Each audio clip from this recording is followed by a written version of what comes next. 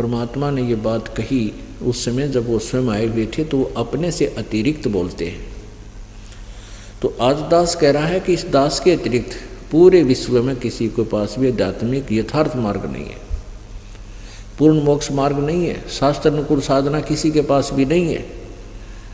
या चाहे कड़वी लागो चाहे मीठी, बात सच्ची है, अभिमान नहीं, ये बिल्कुल तत्व ज्ञान समझ लेना। अब आपको दिखाते हैं श्रीमद् भगवत गीता, गीता प्रेस गुरु से प्रकाशित, और जय दयाल गोविंद का इसके अनुवादक है। 7वें अध्याय का आपको 12 से 15 श्लोक दिखाते हैं, ये देखिए। अध्याय नंबर 7 श्लोक नंबर 12।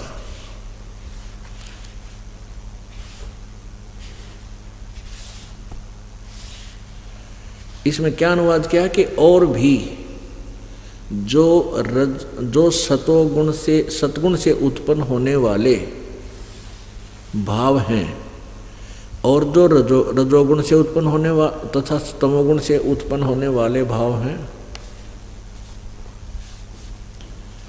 उन सबको तू मुझसे ही होने वाले ऐसा जान, परंतु वास्तव में उनमें मैं और वे मुझ में नहीं हैं। अब यहाँ फिर सुनो एक बार। अब इसमें क्या बोला है गीता जी अध्याय नंबर 7 के श्लोक नंबर 12 में, यो गीता ज्ञान दाता ब्रह्म है, यो काल है, ज्योति निरंजन है, क्षर पुरुष है, क्षर पुरुष। ये क्या कह रहा है कि जो भी रजगुण से, सतगुण से, तमगुण से जो कुछ भी हो रहा है, रजगुण ब्रह्मा जी से उत्पत्ति, सतगुण विष्णु जी से आपस में मोह ममता या सतिथि, और तमगुण शिव जी से संहार, जो कुछ भी हो रहा है इसका मुख्य कारण मैं ही हूँ। ये सब मुझसे ही होने वाले जान, लेकिन मैं इनमें नहीं और ये मुझ में नहीं। यानी ये ब्रह्मा विष्णु महेश से अलग रहता है, इति सिद्धम। अब आगे देखो 7वां अध्याय, अभी आप देख रहे हो, इसका मंत्र नंबर 12। ये मंत्र श्लोक नंबर 12 आपने पढ़ा कि और भी जो सतगुण से उत्पन्न होने वाले भाव हैं, और जो रजोगुण से तथा तमोगुण से उत्पन्न होने वाले भाव हैं, उन सबको तो मुझसे होने वाले हैं ऐसा जान, परंतु वास्तव में उनमें मैं और वे मुझ में नहीं हैं। आगे देखो 13 में, गुणों के कार्य रूप सात्विक, राजस और तामस, इन तीनों प्रकार के भावों से ये सारा संसार, जगत, प्राणी समुदाय मोहित हो रहा है। इन तीनों गुणों से परे, यानी ब्रह्मा विष्णु महेश से परे मुझ अविनाशी को नहीं जानता। आगे देखो अध्याय नंबर 7 का श्लोक नंबर 13 आपने पढ़ा, 14 पढ़ो।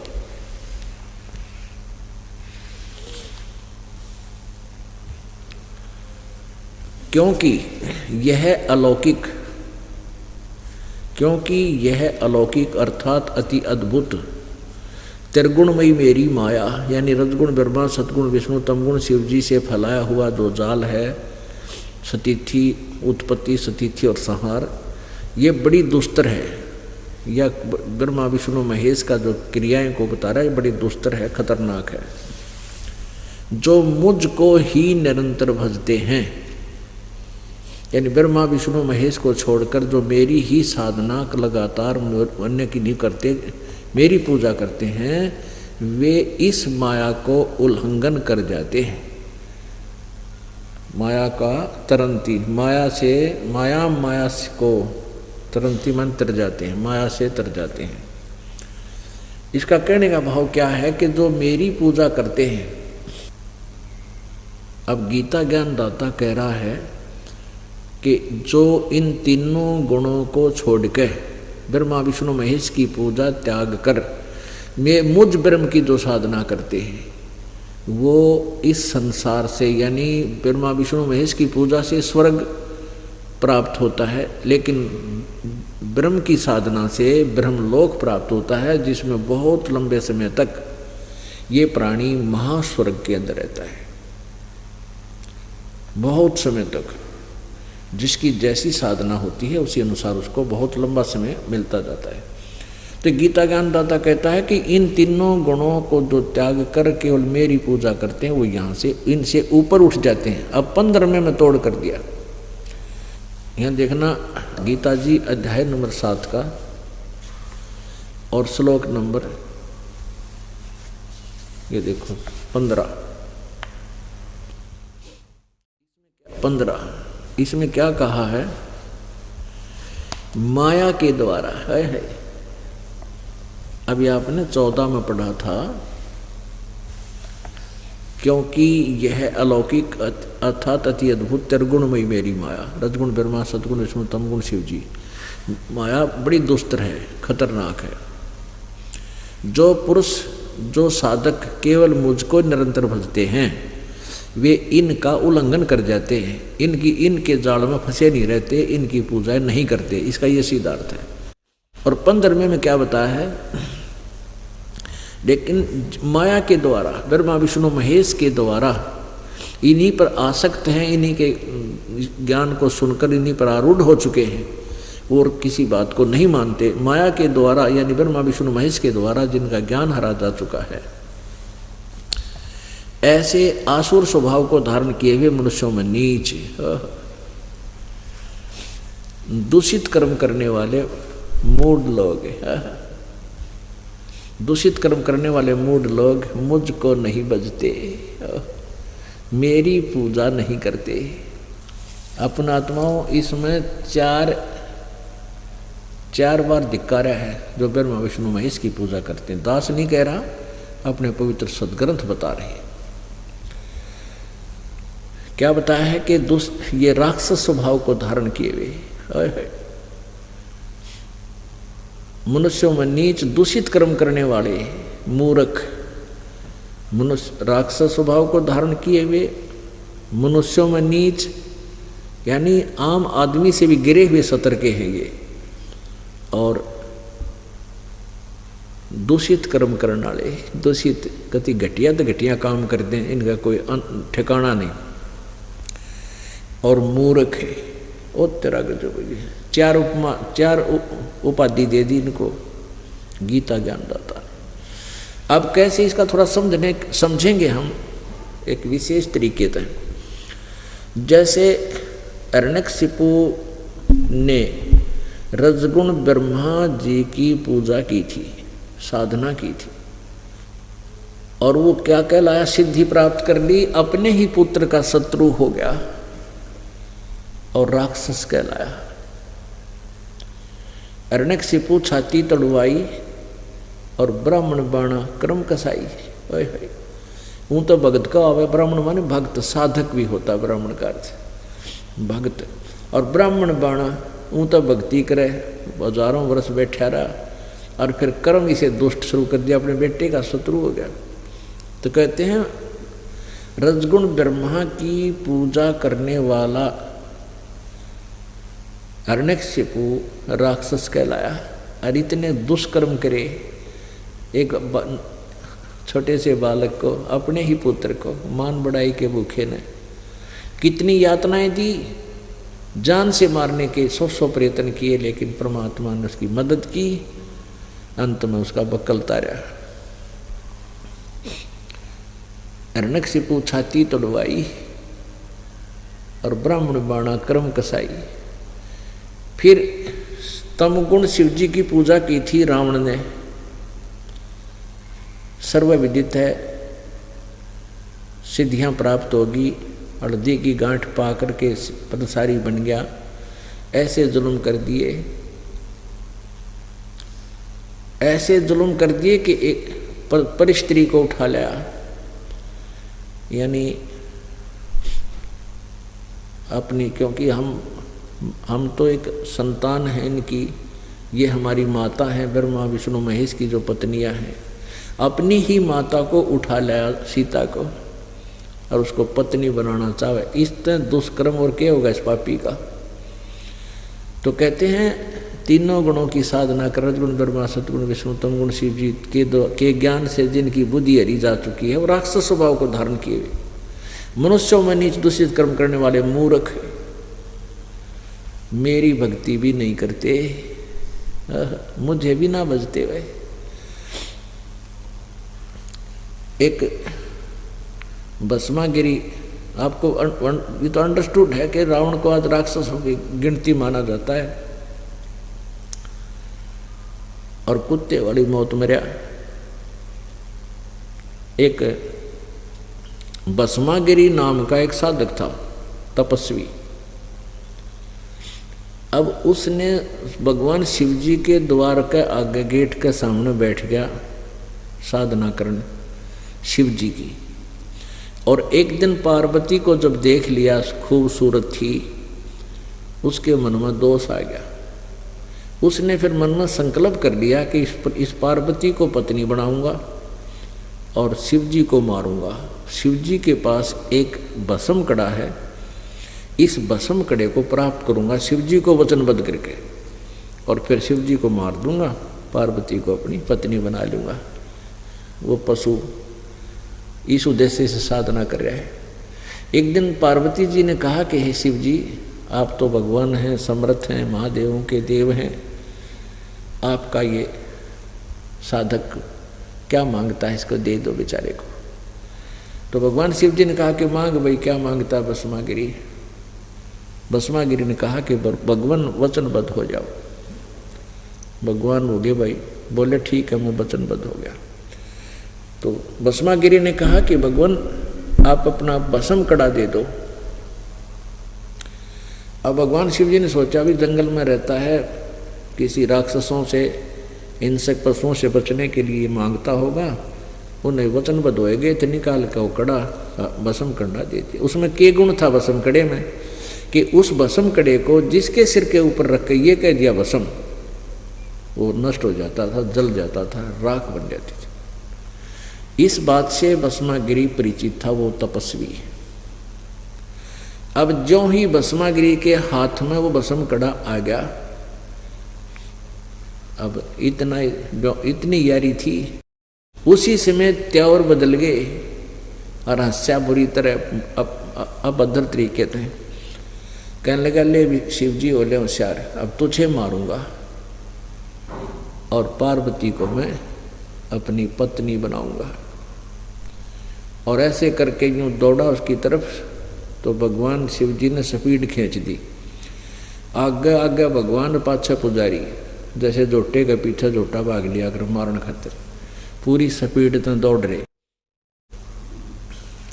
उधर से क्या हुआ कि जो पता चला परमात्मा ने कि तो बात बिगड़ेगी, तो वहां आकर के पार्वती का रूप बना लिया,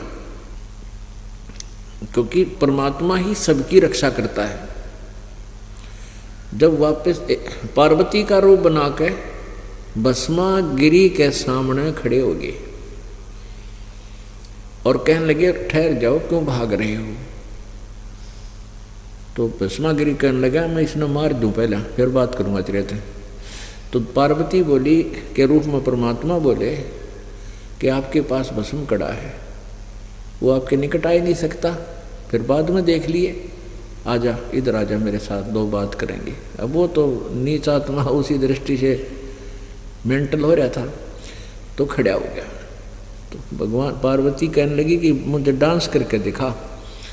वो कहने लगा मुझे डांस नहीं आता, मैं तो जंगल में तपस्या करने वाला आदमी, डांस वांस नहीं जानता। तो पार्वती रूप में भगवान ने कहा कि जैसे मैं हाथ पैर अलाऊं तो न्यों अला ले, ऐसे डांस सीख जाएगा, तब मैं तुझसे प्यार करूंगी। तो भस्मागिरी तो फिर जैसे भी वो कहते कि इस पैर ने ऐसे कर, इस पैर ने ऊपर उठा, इस हाथ ने नीचे, इस हाथ को ऊपर करते करते कहा कि और कर इस हाथ को ऊपर। जिस हाथ में कड़ा था उस कड़े को सिर पा लिया, जब परमात्मा ने कह दिया भस्म, और भस्मागिरी भस्म हो गया, मर गया। फिर उस पूर्ण परमेश्वर ने विष्णु रूप धारण कर लिया और भस्म कड़ा लेकर और जहाँ भगवान शिव जी स्पीड खींचे जा था, दौड़ रहा था, उससे आगे पहुँच गए और वहाँ खड़े होकर कहने लगे रुक जा भोलेनाथ, स्टॉप प्लीज। वो न बोला भाज ले। विष्णु जी को कहने लगे भगवान शिव जी कि आजा मेरे गेले भाग ले, उस दुष्ट के पास भस्म कड़ा है, वो मार देगा। तब विष्णु रूप में परमेश्वर पूर्ण परमात्मा ने कहा कि देखो मेरे पास वो कड़ा है और मैं उससे ले आया हूँ। जब उसका दिल डट्टा हमारे इस तमोगुण भगवान शिव जी का, अपने आत्मा आज तक हम ये पहले भी हम कथा पढ़ा करते, विष्णु पुराण में पढ़ते थे, और कदे बुद्धि में नहीं आती थी। जब ये शिव जी अविनाशी होते तो ये भाग क्यों लिए उस भस्मागिरी के आगे? अविनाशी थी तो खड़े हो जाते, आजा भाई कर ले, क्या करेगा। तो हमारी बुद्धि अड़ी जा चुकी थी, हम ज्ञानहीन थे कति। इन नकली संतों ने लोक वेद सुना सुना का हमको बहरे बना दिया था, अंधे बना दिया था, ज्ञानहीन बना दिया था, मोतिया बंद कर दिया हमारे ज्ञान का। तो अब यो मोतिया बंद का ऑपरेशन इस सतलोक आश्रम बरवाला में हो रहा है, और जो भी यहाँ आ जाएगा उसका अवश्यमेव मोतियाबिंद का ऑपरेशन होगा। अब रह गया सतगुण भगवान शिव विष्णु। एक बार हरिद्वार में हर की पैड़ी पे कुंभ का मेला होया, और उस कुंभ के मेले की पर भी का कोई समय निर्धारित बताते हैं ये लोग कि इस समय में नहा लिया तो उसका मोक्ष है, इस समय में नहीं नहाया तो उस स्नान का लाभ नहीं मिले, स्नान का। तो उन्होंने वो निश्चित समय के उस दिन सभी के सभी ये गिरी पुरी नाथ ओगड़ कनपाड़े और ये सन्यासी बोले जिन, ये सभी तमोगुण भगवान शिव जी के उपासक, और वैष्णु संत जो कहलाते हैं साधु संत, वो विष्णु जी सतोगुण के उपासक। वो अपने अपने ग्रुप में वहां जाकर इकट्ठे हो जाते हैं, अपने अपने समुदाय में। और जब स्नान का समय निकट आता है तो सभी पूरा का पूरा खेमा, उनका पूरा का पूरा जो चल पड़ते हैं समूह अलग अलग ग्रुप में, और उनके आगे होता उनका मुखिया। तो जो ही सबसे पहले नागा भी ये जो बिल्कुल नंगे रहते हैं, शरीर के ऊपर राख लपेट लेते हैं, ये भी तमोगुण शिव जी के उपासक हैं। और वैष्णु साधु ये विष्णु जी के उपासक। तो सबसे पहले ये नागा जा करके नहाने लाग गए, नहाने के लिए तैयार हो गए हर की पैड़ी पे, और पूरी छागी, क्योंकि तो हजारों की संख्या में थे, कोई हजार। तो पीछे से विष्णु जी के उपासक सतगुण के ये वैष्णु आगे। वैष्णु ने कहा कि ए नागाओ, तुम पहले स्नान मत करो, हम सबसे पहले स्नान करेंगे, हम श्रेष्ठ हैं, सर्वश्रेष्ठ हैं। नागा कहने लगे नहीं, हम सर्वश्रेष्ठ हैं, हम त्यागी और बैरागी हैं, हम तन पर वस्त्र भी नहीं रखते हैं, और हम सबसे पहले स्नान करेंगे। अब विष्णु के उपासक वैष्णु ने कहा कि तुम काहे के श्रेष्ठ हो, तुम नहाते ना धोते, आज तुम नहाने हो गए, 6 महीने नहीं नहाते हैं, तन पर राख लपेटे फिरते हो, पशु की तरह नंगे फिरते हो, टट्टी के हाथ भी ना धोते, शरण फिरो, बाहर मरो तुम, पहले स्नान मत करना, हम करेंगे। अब वो स्नान करना जब भूल भाल गए, गुट्टम गुट्टा नागा भी उल्टे फिर गए, और उन्होंने तो वैष्णु कोई हजार इकट्ठे हो रहे थे, तलवार निकाल लाए, सीधे चक्कू घोंप दे, छुर्रे हैं, मुक्का मुक्का बुड़का भर ले, डांगरा की तरह बाढ़ पाड़ के पटक पटक का मारे एक दूसरे ने। यानी 25,000 ये तीनों गुणों के उपासक। वहाँ कत्लेआम हो गया, कटका मर गए, और गंगा का पानी लाल कर दिया, लाश ही लाश सब जगह होगी। अब बताओ, परमात्मा यही कहते हैं श्रीमद् भगवत गीता जी अध्याय नंबर 7 के श्लोक नंबर 12 से लेकर 15 में इसलिए कहा कि इन तीनों गुणों की पूजा, रजगुण ब्रह्मा, सदगुण विष्णु, तम गुण शिव जी की पूजा करने वाले राक्षस स्वभाव को धारण किए हुए, मनुष्यों में नीच और दूषित कर्म करने वाले मूर्ख, ये मेरी यानी ब्रह्म साधना भी ना करते। अब देख लो पुण्यात्माओं, कहते हैं नौमन सूत उलझिया, इस अज्ञान का नौमन सूत उलझा रखे काल के दूता ने। सूत होता था पहले कच्चा, चरखे पकाता करते हमने देखी बुढ़िया माई, हमारी माता दादी,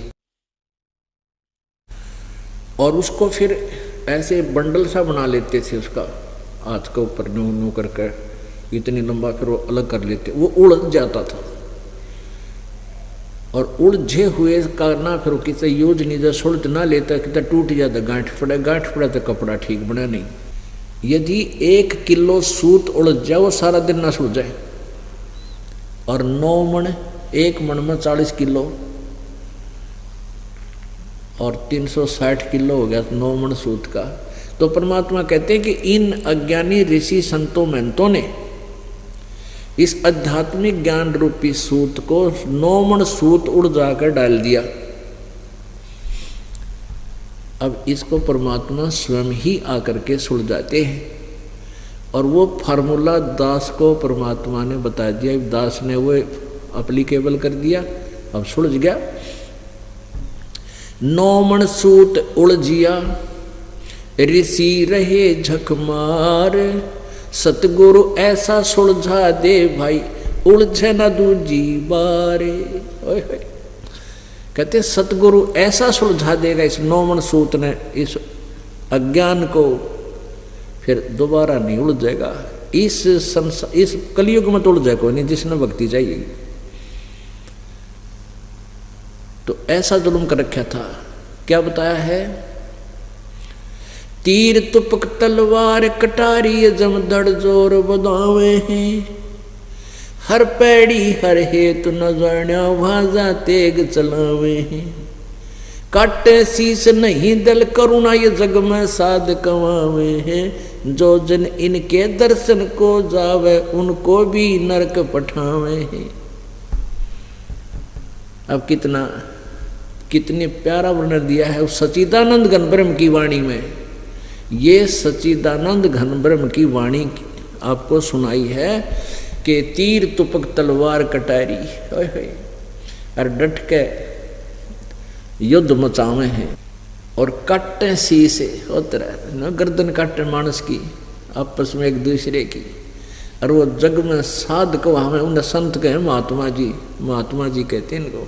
महात्मा का अर्थ होता है अच्छी आत्मा है, सुलझी हुई आत्मा, जो चीटी भी ना मारे बे मतलब। और ये सिर्फ एक स्नान करने का ऊपर, अरे स्नान करने में के बिजली पड़े थी, गंगा का पानी के खराब हुआ था, बहता पानी कोई खराब भी ना होता, इतनी बुद्धि भी काम ना करी इनकी, और 2 मिनट आगे पाछे ना लेते कि बिजली पड़े थी वहां पर। कहते हैं राज तजना सहज है और सहज त्रिया का नेह, मान बढ़ाई ईर्षा भाई दुर्लभ तजना ये। और इनके तजे बिना भगवान मिला नहीं। घर भी त्याग देना आसान है, पत्नी को त्याग देना भी आसान है, और मान बढ़ाई ईर्षा जब तक ये नहीं तजी जाएंगी ये बहुत ही कठिन है। अब घर छोड़ गए, जंगल में अंडे धक्के खांदे हैं, बेदीन हो रहे, और फिर बात मान बढ़ाई पे फिर कट मरे। यूँ तो ये बालक लड़ा न करें स्कूल में, छोटी सी बात पर झगड़ पड़े। उनसे भी बुरे लोग ये कहते हैं, आम आदमी भी 5-4 भक्त किसी घाट पर स्नान कर रहे हों और एक और आ जाता है पीछे से, भाई मैं भी ना लूँ, आ जाओ आप भी ना लो, यानी इतने आसा उसको भी अकोमोडेट कर लेते हैं आम आदमी भी।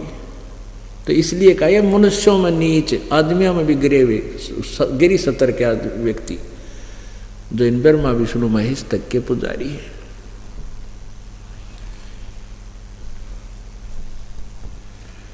पुण्यात्माओं,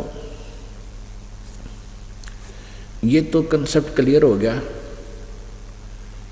कि ना ब्रह्मा जी को तत्व ज्ञान, इनके उपासकों को तो होगा कहाँ से, वो तो फिर आप पढ़े ढोए। अब आज का जो प्रसंग है कि सत्संग नहीं है इन लोगों के पास। आज सबसे बड़ा एक पंथ राधा स्वामी पंथ है, और इस राधा स्वामी पंथ में करोड़ों की संख्या में श्रद्धालु, बहुत ही अच्छी आत्मा, ड्योटी जिनको कहते हैं, वो फंस रही है। और वो ऐसे श्रद्धालु हैं कि वो अपने गुरुजी के बारे में कुछ ना सुनना पसंद करते और ना देखना पसंद करते। ऐसी पुण्यात्माओं को इन काल के दूत संतों ने और काल के मुंह में फंसा दिया। अब वो जो संत थे उनको तो उल्टा लटका ही रखा भगवान ने, वो तो नरक में ठोक दिए, कोई भूत बने अंडा है। और ये भी अपने जीवन बर्बाद कर जाएंगी जिस ज्ञान को नहीं सुनेंगी दास वाले को। ये सुनना पड़ेगा आखिर में, नहीं तो रोएंगे, आखिर में रोया करेंगे जब जहाँ से चले जाएंगे। कोई पशु बनेगा, कोई पक्षी बनेगा, कोई कुत्ता बनेगा। जैसे इस राधा स्वामी पंथ में क्या कहते हैं, श्रद्धालु आपस में डिस्कस करते हैं कि हम वेदों और गीता को नहीं मानते। मानते का मतलब है कि हमारा जो ज्ञान है वेदों और गीता जी से आगे का है। और वेद और गीता भी तो किसी ने लिखे हैं, बोले हैं, वो भी तो इंसान था। जैसे वो कहते हैं व्यास जी ने वेद और गीता पुराणों को लिखा, वो भी तो इंसान था, उसका अपना अनुभव है वो। और हमारे जो परम धनी ने यानी वो शिवदयाल जी महाराज ने, जिससे ये राधा स्वामी पंथ चला है, वो इनका हेड ऑफ द डिपार्टमेंट है। उसने जो ज्ञान दिया है वो हमारे लिए मान्य है, और इस गीता और वेदों के ज्ञान से ऊंचे का, आगे का है, बहुत ही ऊंचा ज्ञान है, तो हम तो उसको मानते हैं। अब उनका उस परम धनी का ज्ञान आपको दिखाते हैं। ये देखिएगा सार वचन वार्तिक,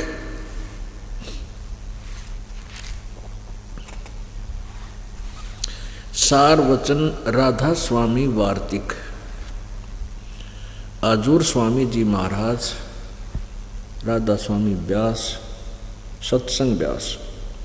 इसने भी ये सत्संग कहे हैं जो इस ज्ञान को भी, जब आपको दिखाता हूँ। प्रकाशक हैं जगदीश चंद्र सेठी सेक्रेटरी, राधा स्वामी सत्संग व्यास, डेरा बाबा जयमल सिंह पंजाब। पहला संस्करण 1961 में। इसकी भूमिका देखिएगा। सार वचन राधा स्वामी वार्तिक आजूर स्वामी जी महाराज के वचनों का संग्रह है तथा अन्य चर्चाओं के दौरान ये वचन सत्संगों तथा अन्य चर्चाओं के दौरान सत्संगियों ने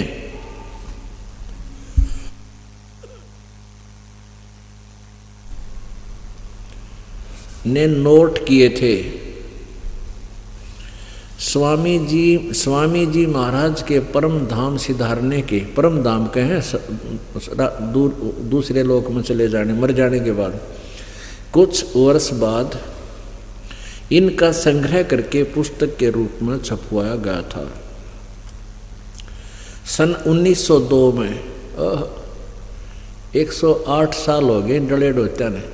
ये देखो, सन 1902 में बाबा जयमल सिंह जी महाराज ने सार वचन राधा स्वामी वार्तिक को पहली बार गुरमुखी लिपि में छपवाया था, यानी पंजाबी भाषा में। भाषा पंजाबी थी वो,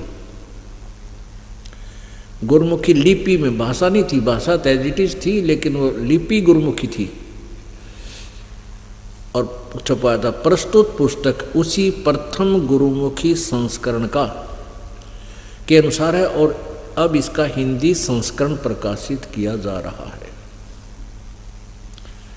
स्वामी जी महाराज जिसने ये वचन बोले उनके विषय, उनकी थोड़ी सी जानकारी दी है। परिचय। स्वामी जी महाराज का शुभ नाम सेठ शिवदयाल सिंह जी था। ये परम धनी जिसने ये वचन बोले, आगे देखना। आपने 25 अगस्त 1818 में आगरा शहर में जन्म लिया। आपके पिताजी का नाम सेठ दिलवाली सिंह जी तथा माताजी का नाम महामाया जी था। आपके पूर्वज पंजाब के रहने वाले थे तथा घर में गुरु ग्रंथ साहिब का पाठ किया जाता था। आपके माता पिता हाथरस के प्रसिद्ध संत तुलसी साहिब के भक्त थे। स्वामी जी महाराज ने तुलसी साहिब की काफ़ी संगति की थी। बचपन से ही स्वामी जी महाराज का रुझान अध्यात्म की ओर था। आपने एक कमरे में बैठकर 17 वर्ष सुरत शब्द योग का अभ्यास किया।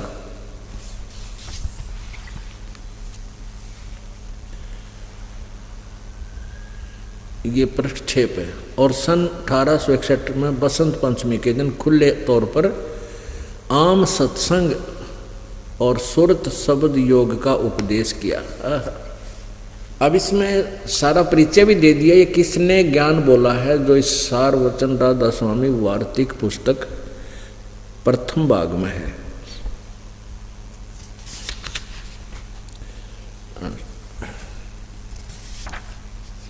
ये प्रथम भाग है।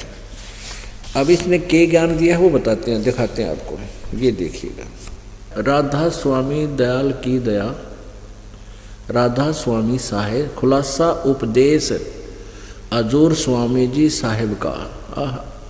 जो सत्संग करा करता है शिवदयाल जी, जो राधा स्वामी पंथ का मुखिया है, उसके उपदेश का खुलासा किया है वचन। अच्छा, दूसरा दफा एक में क्या कहा है? सिर्फ काम इतना है कि इंसान यानी मनुष्य अपनी सूरत यानी रूह को उसके खजाने और निकास यानी मुकाम सतनाम और राधा स्वामी में, मुकाम माने स्थान, स्थान सतनाम और राधा स्वामी। यहाँ सतनाम और राधा स्वामी को ये मुकाम बोल रहे हैं, स्थान कह रहे हैं, पहुँचावे। ये 14 पृष्ठ में 13 आपने पढ़ दिया। सार वचन वार्तिक प्रथम भाग हम पढ़ रहे हैं। अब तीसरे वचन में जितने आचार्य और महात्मा और अवतार और पैगंबर हर एक मजहब में हुए हैं, वे सब अपने अभ्यास के जोर से अंतर में तरफ मुकाम असली के चले, पर सब के सब धोर स्थान नहीं पहुँचे। सो बहुत से मंजिल पहली पर, मंजिल माने स्थान, ये देखो मंजिल, कुछ मंजिल पहली पर, ये देखो मंजिल माने के, ये आप बता रहे नहीं थे। मंजिल माने स्थान, यानी स्थान पहले पर, कोई दूसरे स्थान मंजिल स्थान पर, और कोई बिरले ही साध और प्रेमी मंजिल यानी स्थान तीसरे तक पहुँचे। सिर्फ संत मंजिल पांचवें स्थान पर यानी सतनाम पर पहुँचे। सतनाम स्थान है, मंजिल पांचवा स्थान सतनाम पर, और कोई बिरले संत मंजिल 8वीं यानी 8वें स्थान यानी राधा स्वामी पद तक पहुँचे। ठीक, अब देखना 15 पृष्ठ पे। ओह,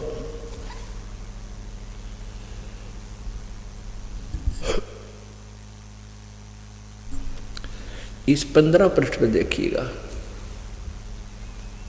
और ये चौथा, इन्हें श्लोक से बना रखे कति अमिट। ये चौथा श्लोक समझ लो, चौथा वचन।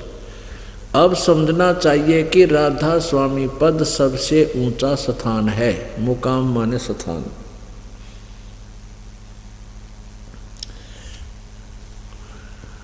और यही नाम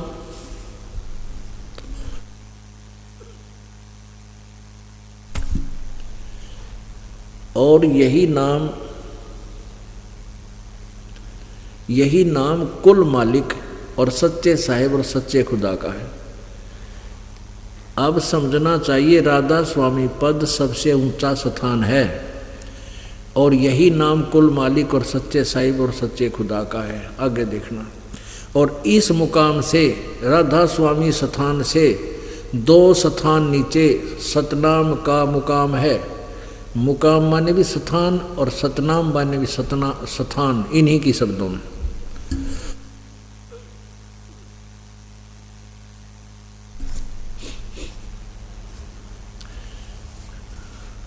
और इस मुकाम से 2 स्थान नीचे है।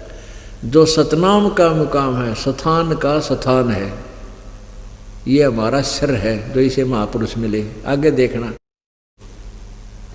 इस सतनाम के ऊपर गाटा जोड़ा, इसको डिफाइन किया आगे इन्होंने। इस सतनाम है जिसको संतों ने, संता नाम ले हरा पेंड बोले हैं, संतों ने सतलोक, सचखंड और सार शब्द और सत शब्द और सतनाम और सतपुरुष करके बयान किया है। अरे वाह वाह, जय हो। पुण्यात्माओं, ये हैं वचन राधा स्वामी पंथ के प्रवर्तक के। ये है वो ज्ञान जो गीता और वेदों से भी ऊपर है। इसमें उआ बाई बकरियाखी की तो सरने पैर इसका। इनको यही नहीं पता सतनाम चीज के है, वस्तु क्या है। और ये बात बनाने का हमारा ज्ञान, हमारे गुरुजी का ज्ञान तो वेदों और गीता से भी आगे का है। इसमें आप जी ने क्या सुना कि सतनाम के विषय में क्या कहा है कि सतनाम जिसको संतों ने सतलोक, सचखंड और सार शब्द, सत शब्द, सतनाम और सतपुरुष करके बयान किया है। यानी सतनाम को के बोला है सतलोक, सचखंड, सार शब्द, सत शब्द, सतनाम और सतपुरुष, इसी को कहते हैं। ये तो ऐसी व्याख्या है। एक समय जैसे किसी ने कोई जंगल में रहता हो, सपने सुन रखा हो कोई कार है, किसी से सुन लिया हो भाई कैसे ऐसे कार होती है, उसमें पेट्रोल डलता है, वो शहर में चलती है, सड़क पर चलती है।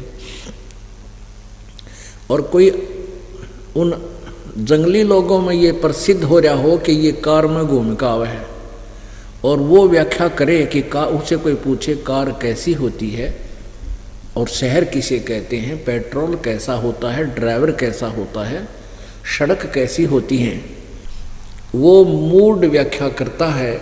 वो कैसे करता है कि पेट्रोल भी कार को ही कहते हैं, ड्राइवर भी कार को ही कहते हैं, सड़क भी कार को ही कहते हैं, और ड्राइवर भी कार को ही कहते हैं।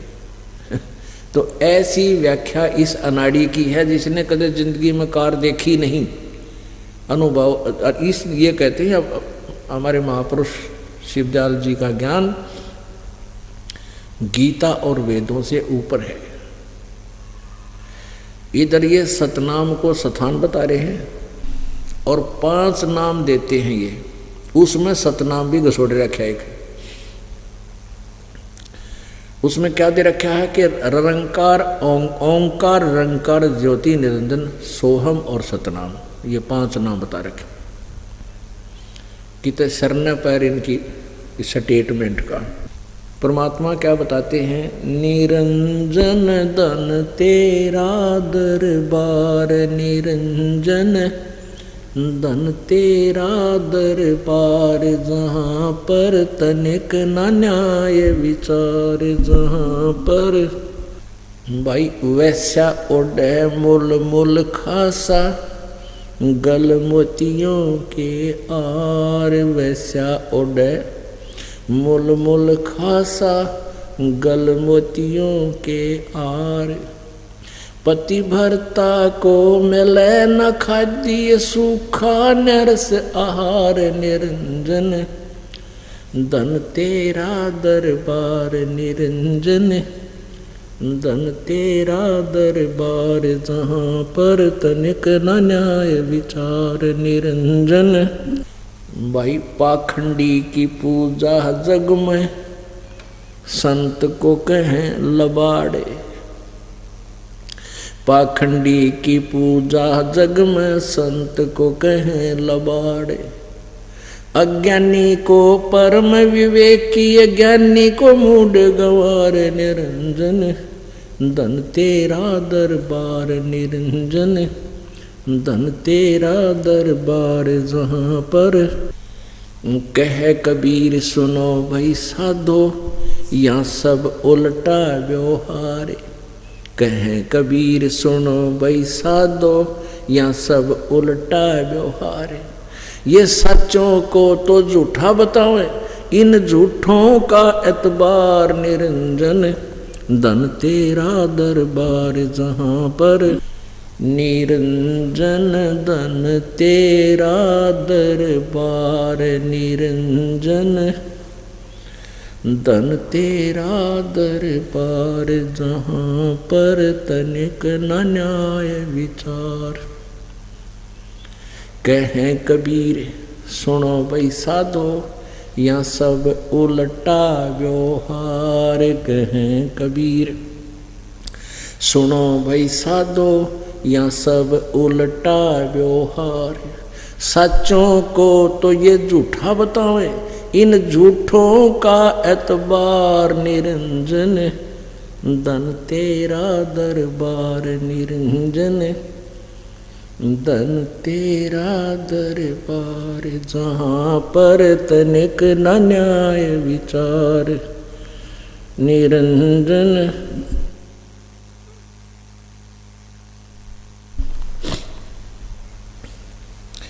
अपने आत्मा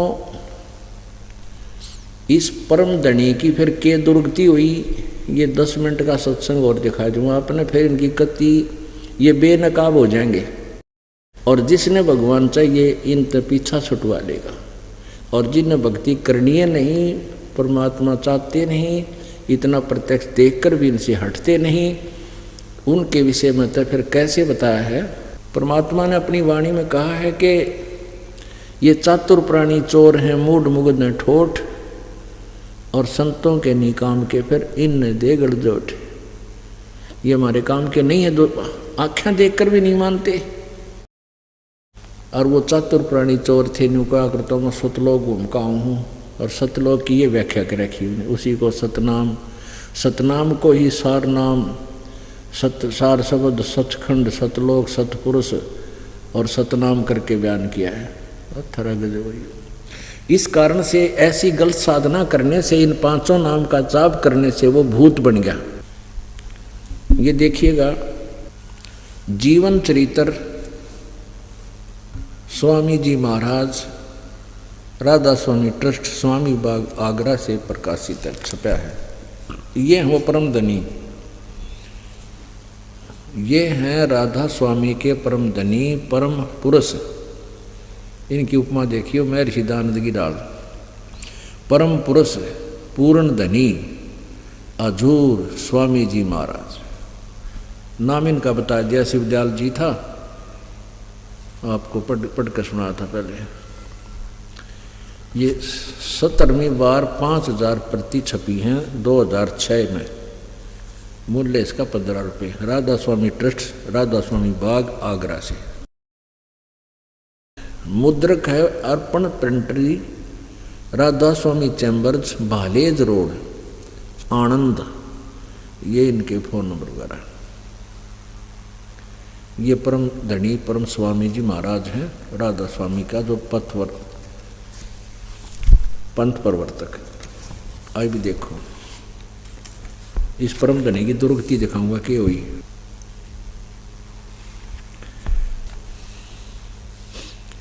सेवेंटी 8 पृष्ठ पे जीवन चरित्र स्वामी जी महाराज, स्वामी जी महाराज। और ये इसमें भी इन्होंने ये बना रखे वचन। 71वां इनका वचन है। अब बुक्की जी का, जो कि शिब्बो जी की बड़ी बहन थी, न छोटी बहन थी। थोड़ा सा हाल लिखा जाता है।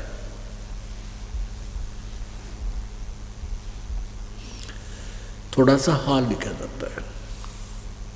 यह सिब्बो जी से कुछ अरसे बाद स्वामी जी महाराज के चरणों में आई थी। जब इन्होंने कुछ दिन सत्संग किया, ये सत्संग पर चल रहा है हमारा प्रवचन। जब इन्होंने कुछ दिन सत्संग किया और वचन स्वामी जी महाराज के सुने, वो वचन आपने सुने लिए के सुनाया करता, और वे वचन हृदय में समा गए। एक सतनाम को सतपुरुष भी कहते हैं, ससार शब्द भी, सतनाम भी, सार नाम भी, और सतलोक भी, सचखंड भी है। ये वचन इसका समा गए। तब इनके प्रेम की हालत अजीब थी। ओह, यानी मस्त होगी सच्चे ज्ञान न सुनकर।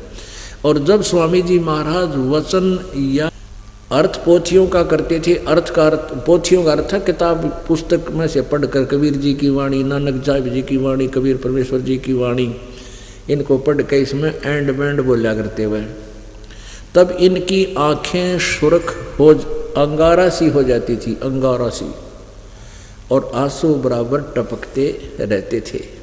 और बहुत देर तक यानी घंटों उन वचनों का नशा बना रहता था। और फिर जब स्वामी जी महाराज कथा से फुर्सत पाकर हुक्का पीते थे या अभ्यास का रस लेते थे या कथा कहने को बैठते थे, तो अब यहाँ भी देख लिया आपने, कथा से फुर्सत पाकर जब हुक्का पीते थे, या रही खी कसर स्वामी परम धनी ने यहाँ निकाल दी। जब स्वयं ही व्यसन करते हैं ये लोग, औरों को क्या उद्धार कर पाएंगे। हुक्का पीते थे या अभ्यास का रस लेते थे या कथा कहने को बैठते थे, तो बुक्की जी महाराज के चरणों का अंगूठा मुख में रखे हुए घंटों चरणामृत का रस लेती रहती थी। और जब कोई मत्था टेकने के वास्ते हटाना चाहता तो वे चरण नहीं छोड़ना चाहती थी। तब मत्था टेकने वाले से कह दिया जाता था कि तुम दूसरे चरण पर मत्था टेक लो और उस प्यासी को मत हटाओ। एक बात तो ये ध्यान रखना कि ये मत्था टेक्या करते शिवदयाल जी के चरणों में सब मत्था टेक्या करते। और अब वर्तमान में कहे हैं कि पूरा गुरु तो वो है, राधा स्वामी वाले श्रद्धालु कहते हैं पूरा गुरु वो होता है जो मत्था ना टिकवावे, चरण नहीं छुआता। अर्थात परम धनी तो चरण छुआया करता था वह बयान किया करती थी कि मुझे इसमें ऐसा रस आता जैसे कोई दूध पीता, टट्टू आता था, उसको बकवाद थी सारी। इनके भजन का ये हाल था कि 8-9 घंटे रोज भजन किया करती थी, यानी बेहोश होकर पड़ी रहती। भूत था इसमें पहले भी। इनको स्वामी जी महाराज के दर्शन का पूरा आधार हो गया था। और सूरत भी ऊंचे देश में पहुंचती थी, ऊंचे राधा स्वामी में पहुंच जाती थी। जब स्वामी जी महाराज अंतर ध्यान हुए यानी उनकी मृत्यु होगी, तब बुक्की जी की यह कैफियत हुई कि दिन रात बेहोश पड़ी रहती थी और 2-2 दिन आजात जरूरी यानी टट्टी फ्रेश होने भी नहीं जाती थी, रफा करने नहीं जाती थी। और सूरत स्वामी जी महाराज के चरणों में लगी रहती थी। 80 पृष्ठ पर पढ़ रहे हैं हम। करीब 1.5 महीने के यह हाल रहा। सब को खौफ हुआ कि शायद इनकी देह छूट जावे। तब स्वामी जी महाराज ने इनको दर्शन दिए और फरमाया कि जिस तरह तुम सेवा पेशतर किया करती थी उसी तरह से करो। फिर उसी रोज से बुक्की जी भोग भी तैयार करती थी और मेरे पन्नी गली के मकान पर, यानी इसका लेखक है ये उसका छोटा भाई शिवदयाल जी का सेठ प्रताप सिंह, मेरे पन्नी गली के मकान पर पहले दस्तूर के माफिक पलंग बिछाती और हुक्का भरती थी। वह पलंग अभी तक बिछा रहता है। गरज की जिस तरह से की पेशतर सेवा किया करती थी उसी तरह से कुल काम करने लगी। और स्वामी जी महाराज उनको ध्यान के समय में प्रगट दर्शन देते थे और कुल सेवा उसी तरह कबूल किया करते थे जैसे अंतर ध्यान होने के से पेशतर करते थे, अंतर ध्यान होने से पहले करते थे। अब यहाँ सुनो थोड़ी सी बात। अब इससे क्या स्पष्ट हुआ कि ये शिवदयाल जी भूत बन गया और ये बुक्की में आ गया। और ये उसी तरह जैसे पहले उसकी रोटी बनाया करती थी, खाना बनाते थे, खाना खाती थी, शिवदयाल जी खाता था, जिया करता था और खाना खा के हुक्का पिया करता। तो फिर ये बुक्की में प्रवेश कर गया और उसी तरह आप पर रोटी बनाती या बुक्की रोटी बनाती और हुक्का भरती। आप पर रोटी खा के या बुक्की बैठ कर पलंग पे और ओका गुड़गुड़ाती, वो भूत पीता उसका माँ बुक्की के अंदर। अपने आत्माओं इन बातों से क्लियर होगा कौन कितने पानी में, कौन संत था कौन असंत था। परमात्मा कहते हैं झूठे गुरुआ मर गए, ये हो गए भूत मसान।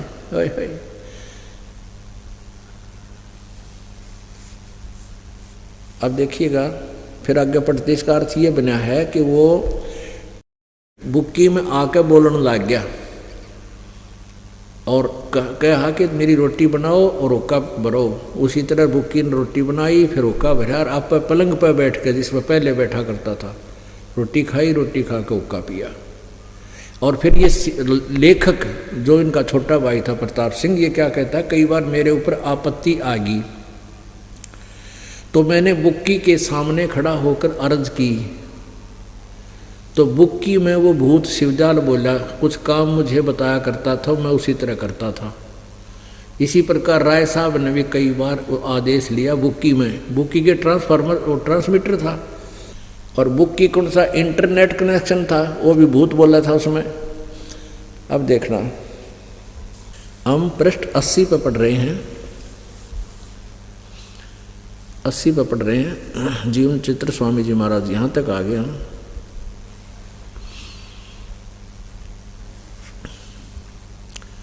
फिर पढ़ना इसको।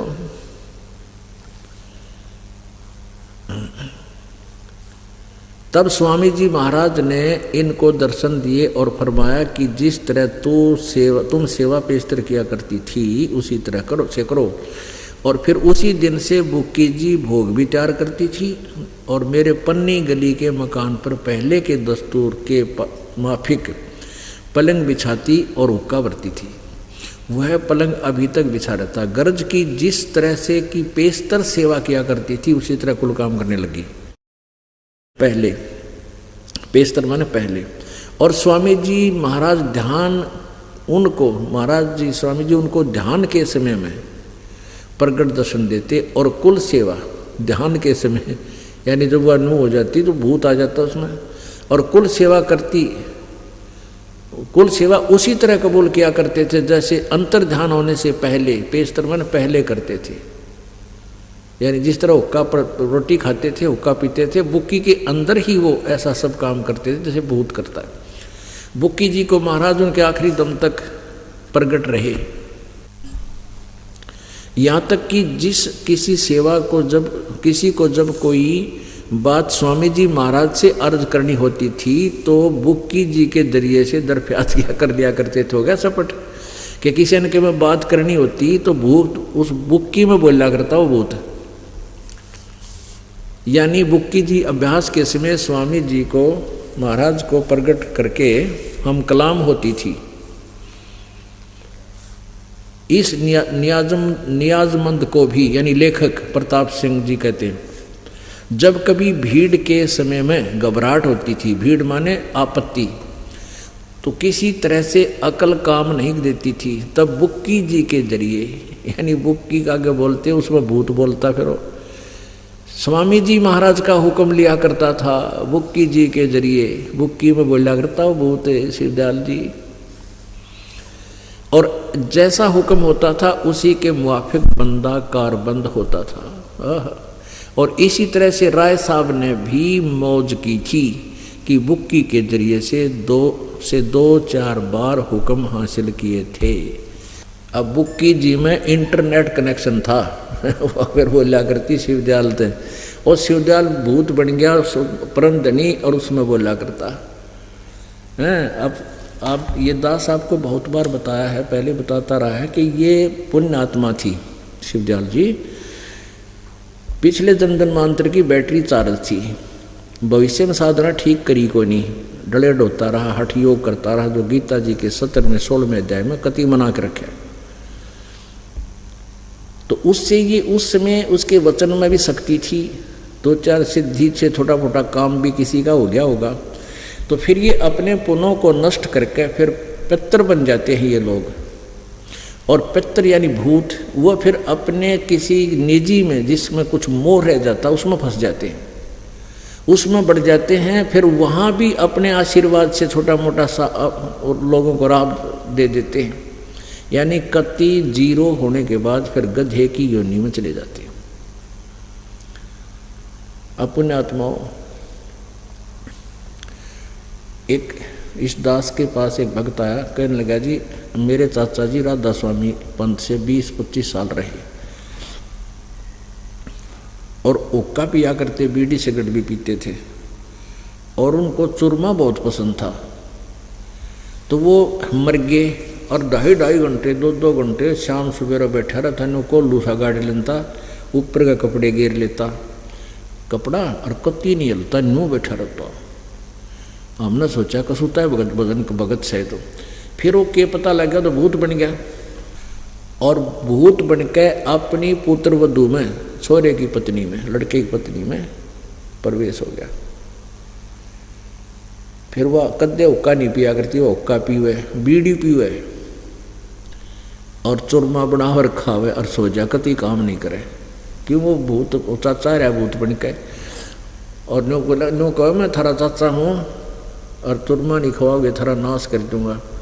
और एक आधी बार उसने इसी बात बता दी, वह सच्ची भी होगी हमारे लिए ईब, लेकिन वो दुख गणा दिया करता, एक आधी सच्ची हो भी गई तो ना काम करे या बेचारी सारा दिन बीड़ी सिगरेट चाहिए इसने, फिर चूरमा खाकर सो जा, हम कति तंग या बेहोश होकर पड़ जा। सारे झाड़े झूड़े भी लवा लिए, कोई आराम नहीं हुआ। अब कहते हैं आपके यहाँ परमात्मा कबीर जी का नाम लिए पाछे उस भूत ते पांडा छूटा। बोलो सतगुरुदेव।